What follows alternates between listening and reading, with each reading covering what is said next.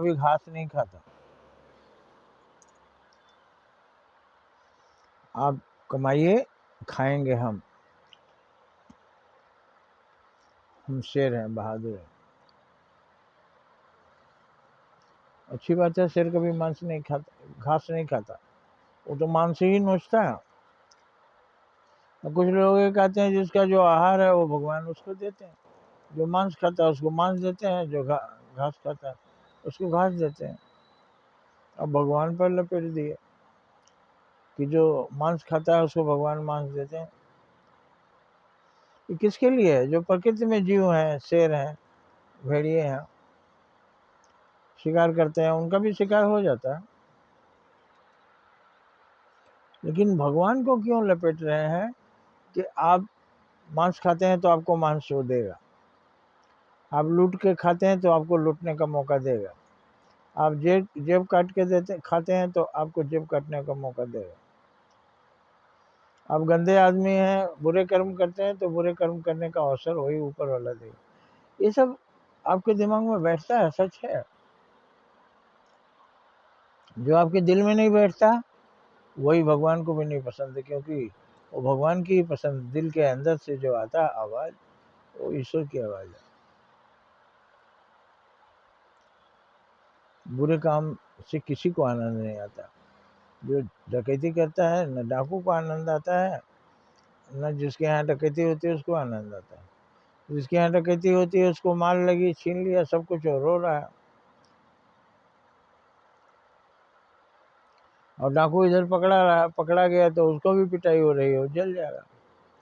अब कहते हैं कि हमेशा नहीं, हर डाकू नहीं पकड़ा जाता। ये दुनिया वाले नहीं पकड़ते हैं, लेकिन ऊपर वाले के पकड़ से कहाँ जाएंगे आप?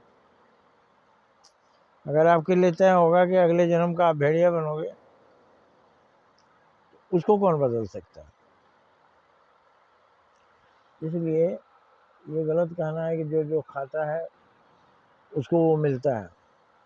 ये कह सकते हैं कि जिसको हराम की खाने की आदत हो गई वो कभी कमा के नहीं खा सकता। हलाल का मतलब कमा के खाना।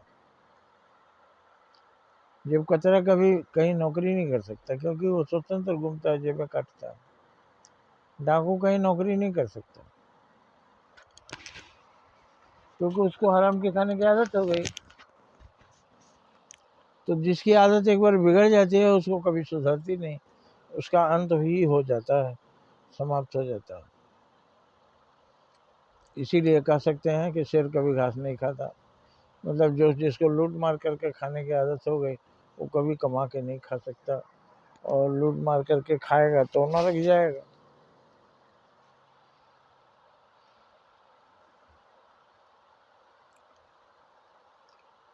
तो हम ये ना कहें कि जो लूट के खाता है वो कमा के नहीं खा सकता। जिस दिन उसकी आंखें खुल जाएगी कि लूट मार करके खाते हैं, नरक में भेजे जाएंगे, उसी समय वो बुरे काम छोड़ देगा। अंगुलमाल ने छोड़ा, रत्नाकर डाकू ने छोड़ा। कोई समझाने वाला जब आए वैसा कि आपकी समझ में आ जाए, गंदी आदतें बड़े मजे से छूट सकती हैं। तो ये मत कहिए कि जिसको जो बुरा है वो अच्छा नहीं हो सकता, हो सकता है। और बुराई का आनंद लेने के बाद जब वो अच्छा बनेगा तो इतना अच्छा हो जाएगा कि फिर बुराई की ओर मुड़कर नहीं देखेगा, हजारों को वही बताएगा कि बुराई के रास्ते में ये दुख है, ये सुख है, बुराई से दूर रहो, ये बहुत खराब चीज़ है। वो ज़्यादा अच्छा बताएगा। जय हिंद, जय भारत।